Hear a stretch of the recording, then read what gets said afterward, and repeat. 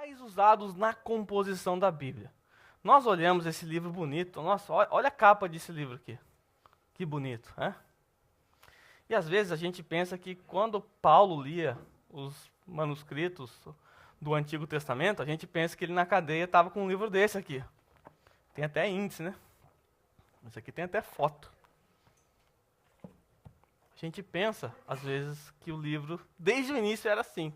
A gente não viu de outra forma, então é natural pensar que o livro sempre foi dessa forma. Mas a Bíblia, de princípio, ela não foi escrita ou organizada como nós estamos vendo em nossas mãos. Quais são os materiais que originalmente foram usados na composição da Bíblia? Então, alguns que nós vamos ver agora tábuas de pedra, né? Se nós olharmos para Moisés, recebemos os 10 mandamentos, nós temos ali a Bíblia sendo escrita em tábua de pedra. 2 tábuas, né? Que nós não temos mais praticamente isso, né? Ninguém escreve em tábua de pedra aqui, ou alguém... Não, né? Depois nós temos o papiro. O papiro, de onde saiu o papel. O processo do papel veio do papiro, né? Até o nome é um pouco parecido, né? O que era o papiro? O papiro era uma planta... Tá difícil hoje, hein? Era uma planta aquática que era colhida e eles usavam a entrecasca, eles cortavam aquilo em tiras, prensava aquilo com cola, colocava para secar, passava um verniz e aquilo estava pronto para a escrita. Tá? Mais ou menos esse era o processo feito na fabricação de um papiro. Tá aí a planta, né? Era separada a sua casca, depois era cortado as tiras. Ele era prensado nessa tábua de pedra, né? De alguma maneira ele era prensado aqui. Nesse caso aqui ele era martelado manualmente. Em outros casos passava-se um rolo em cima dele para que ele ficasse comprimido, se juntasse, depois era colocado para secar, envernizado, polido e estava pronto para escrever. Então esse aqui é o papiro, essa é a maneira como o papiro era produzido. Mas a Bíblia também foi escrita em pergaminhos, se eu não me engano, o Zé que leu, a Paulo pedindo para que Timóteo não esquecesse os pergaminhos, né? O que era isso que ele estava pedindo?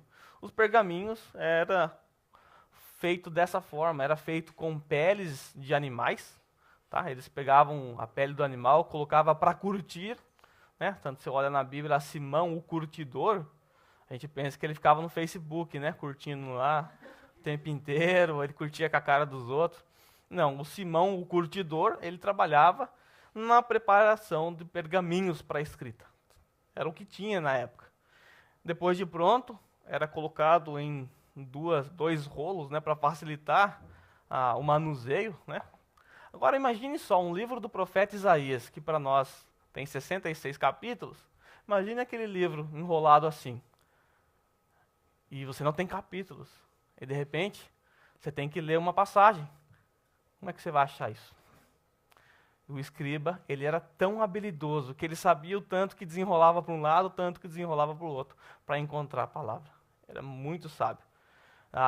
A Bíblia em capítulos e versículos, né? Há uma divergência aí com relação a quando que isso surgiu, mas foi aproximadamente no século XVI. Alguns dizem que foi a versão Vulgata, que nós vamos aprender, outros falam que foi a versão Genebra. Então há essa disputa aí para saber ao certo. Mas só no século XVI é que nós conseguimos a Bíblia em capítulos e versículos, né? Facilita, né? Imagine se eu falasse, irmãos, abre aí, Sérgio, naquela passagem do profeta Isaías que diz alguma coisa. Nossa, se não fosse escriba, ia ficar a tarde inteira procurando. A próxima aula. Exatamente. Depois nós temos o que nós conhecemos como ostraco. O ostraco. A Gideane vai ler para mim Ezequiel, capítulo 4, versículo 1. A irmã já passa o microfone para a irmã. Tá aí? Tá. Jó 38, 14. Para nós sabermos o que é ostraco, tá bom? As referências. Ezequiel 4:1. Jó 38, 14. Depois o Yukio já pode ficar com Lucas. Não, abre Isaías. Isaías 8:1. Já que eu falei de Isaías 8:1. Tá? Lucas 1:63 também tá, mas a gente não vai ler não, mas pode anotar, tá bom? 1:63 também.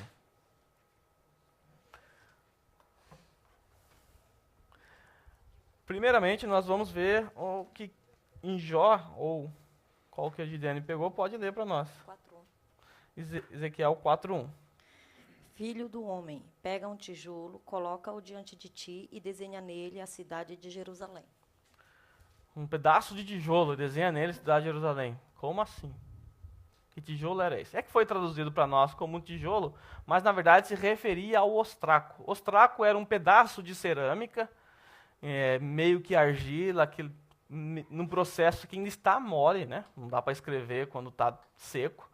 E era escrito com uma espécie de estilete. Então, como aquilo estava meio mole, então se escrevia com pedaços de estilete e ali estava o ostraco.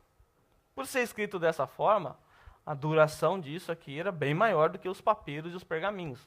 Papiros e pergaminhos se decompõem facilmente com o tempo, mas um pedaço de porcelana demora anos, né, para isso se acabar.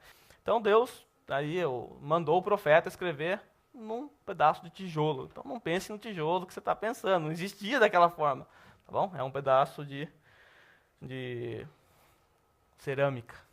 O próximo texto é Jó 38, 14. A terra toma forma como barro sob o sinete, e tudo nela se vê como uma veste. Então, quando usa essa expressão barro como sinete, né? Estranho isso aí, né? Está se referindo ao quê? Ao barro usado para a escrita e o material com que se escrevia, né?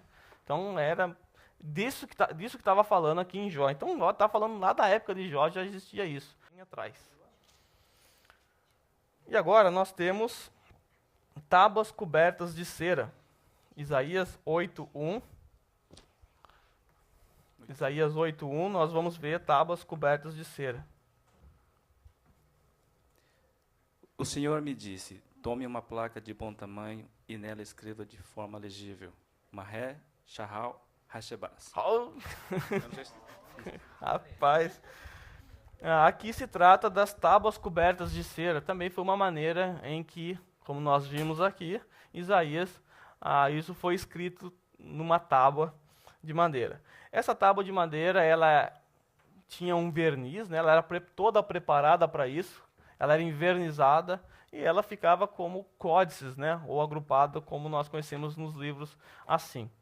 Os papiros, eles eram agrupados em formato de códice. Formato de códice é mais ou menos esse formato que nós temos, uma folha sobre a outra. Isso chama códice. E era juntado com um buraco aqui na superfície e preso com um cordão. A gente já fez esse tipo de livrinho para nossos filhos, né? Então era mais ou menos assim que era feito no caso dos pergaminhos. No caso das tábuas cobertas de cera, era uma tábua preparada para isso. E se nós observarmos lá em Lucas 1:63, quando há aquela questão de João Batista com relação ao pai de João Batista, que nome a gente vai dar para ele? E aquela discussão toda, ele mudo já, não conseguia falar, ele pega uma tábua e escreve, né? Não é estranho que alguém pegar uma tábua e escrever, né? Então era uma tábua preparada para isso. Não é uma tábua qualquer que ele saiu outra tabinha. Então essa tábua é a coberta de cera própria para a escrita. Essa tábua coberta de cera tinha nome de ostraco também? Não, era chamado tábua mesmo. Olha, tábua. Tá? É outra coisa. Ostraco é só cerâmica. Tá? Constantemente nós ouvimos as pessoas falar, nossa, aquele irmão, ele lê nas originais. Né? A gente ouve isso. O que significa ler nas originais? O que é originais? As originais se referem às línguas que foram originalmente escritas, tá bom? As línguas que originalmente foi escrito. E quem sabe qual era a língua original do Antigo Testamento? Quem sabe? Hã? Do Antigo Testamento. O Antigo Testamento foi escrito em qual idioma originalmente? Hebraico e o irmão citou aramaico. A Bíblia, quase que toda ela, né, o Antigo Testamento, quase que toda ela foi escrito em hebraico.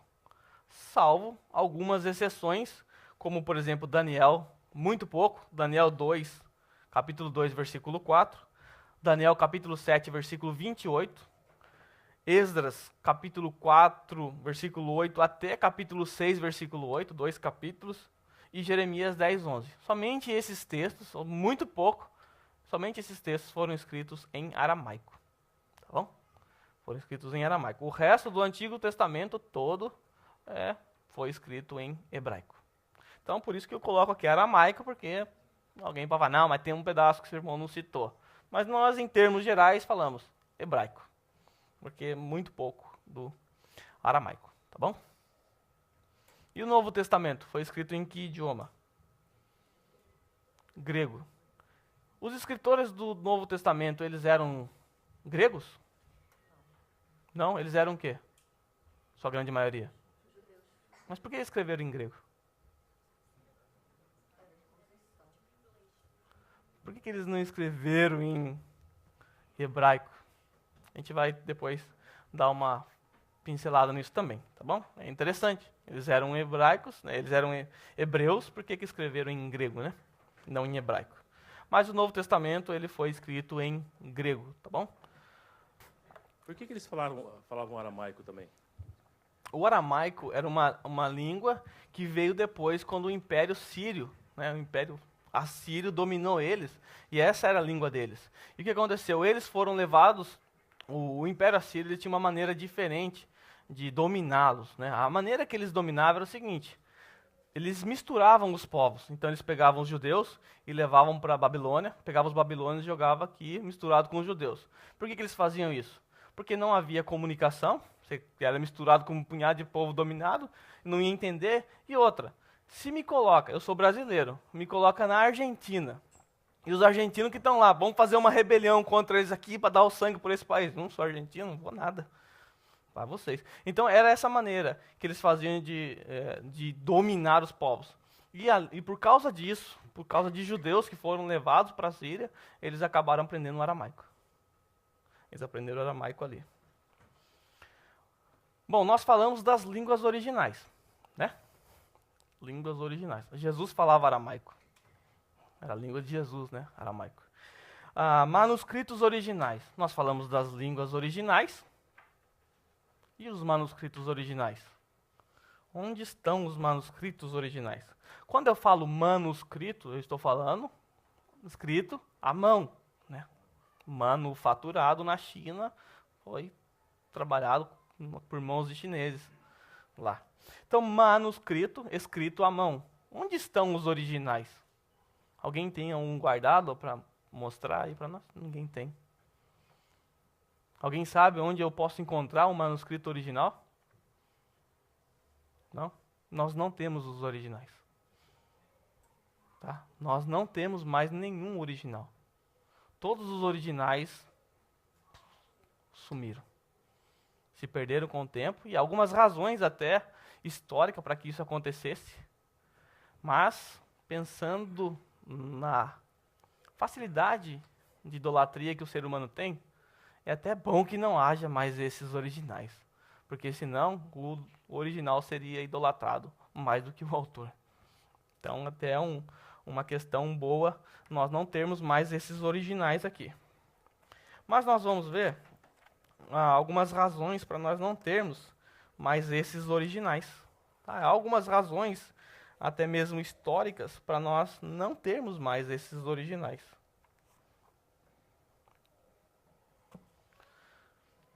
Primeira razão é que era costume judaico enterrar qualquer pedaço de manuscrito que sofresse alguma deterioração ou alguma decomposição, para que aquele texto não fosse usado de maneira equivocada. Tá? Então era costume judaico enterrar os manuscritos estragados. Né? Papiro, o pergaminho são materiais que são corruptíveis, né? Que estragam, que se deterioram com o tempo. Então, se o judeu tinha ali um pergaminho e de repente esse pergaminho, uma traça comesse ele ou um bolor afetasse ele de maneira que ele não conseguia ler, o que ele fazia? Ele enterrava esse manuscrito para que ninguém usasse mais, temendo que outros, encontrando esse livro, por não ter um pedaço, fizessem uma leitura espúria. Então eles enterravam. E enterrar o manuscrito acelera o processo de decomposição. Né? Enterrar faz com que se decomponha mais rápido. Então, muitos manuscritos originais foram para a terra e não temos eles. Segunda razão para não termos foram os cativeiros. Os cativeiros que Israel passou, que os judeus passaram, foram suficientes para acabar com alguns originais. Se nós lermos Jeremias capítulo 36, nós vamos perceber ali que está registrado que muitos reis ímpios de Israel contribuíram ali para a destruição dos manuscritos. Então os reis, alguns deles, emplacaram uma forte perseguição aos livros dos judeus e destruíram várias centenas de originais. Depois nós temos uma outra razão, Antíoco Epifanes, um nome terrível, fez um estrago na história do povo de Israel. Ele iniciou também uma forte perseguição contra as Escrituras. Né? Ele reinou em 175 anos antes de Cristo, então bem próximo ali do Novo Testamento, no período já que nós chamamos de interbíblico, que nós vamos ver daqui a pouco. Ele destruiu todos os manuscritos originais e cópias que ele encontrou. Esse sujeito, ele foi o responsável por sacrificar um porco no altar dos judeus. Imagine o tamanho da ofensa. Um porco, né, um suíno no altar dos judeus, um animal impuro. E depois, mais tarde... Então, calma aí. O irmão está perguntando se Antíoco Epifanes era romano. Não, ele era grego. Tá? Ele era do Império Grego, que nós vamos falar daqui a pouco. Antes do Império Romano dominar, tomar força, que quando Jesus entra no cenário, né, quando o verbo se faz carne, quem está dominando é os romanos. Mas, um pouco antes, né, como nós vimos aqui, 175 a 164 anos antes de Cristo, quem dominava eram os gregos. Né? E até por isso que a língua grega se tornou popular na época de Jesus, e não o latim, língua falada pelos romanos, tá bom? Mas ele era grego. Depois nós temos um romano aí, Diocleciano. Esse cara foi terrível também. Ele, com a mesma ferocidade de Antíoco Epifanes, iniciou uma perseguição aos livros dos judeus. Ele queria acabar com o livro dos judeus. Essa era a missão dele. E ele viveu ali em 284 a 305. Então os livros, até o Novo Testamento, as cartas já haviam sido escritas. Ele queria acabar com tudo, com a religião dos judeus cristãos. Essa era a missão dele. E ele fez um estrago terrível. E ele foi até capaz de cunhar uma moeda comemorativa por causa do seu feito. Ele fez uma moeda de comemoração, porque ele destruiu os manuscritos, destruiu o livro dos judeus e dos cristãos. Então ele iniciou essa perseguição. Então aí houve outras inúmeras perseguições que eu não listei, só listei algumas aqui, mas as perseguições sempre com o intuito de acabar com as Escrituras. Isso é sempre comum ao longo da história, até na época medieval nós vemos isso. Sempre os homens perversos tentaram acabar com esse livro. Mas Deus sempre preserva nas nossas mãos.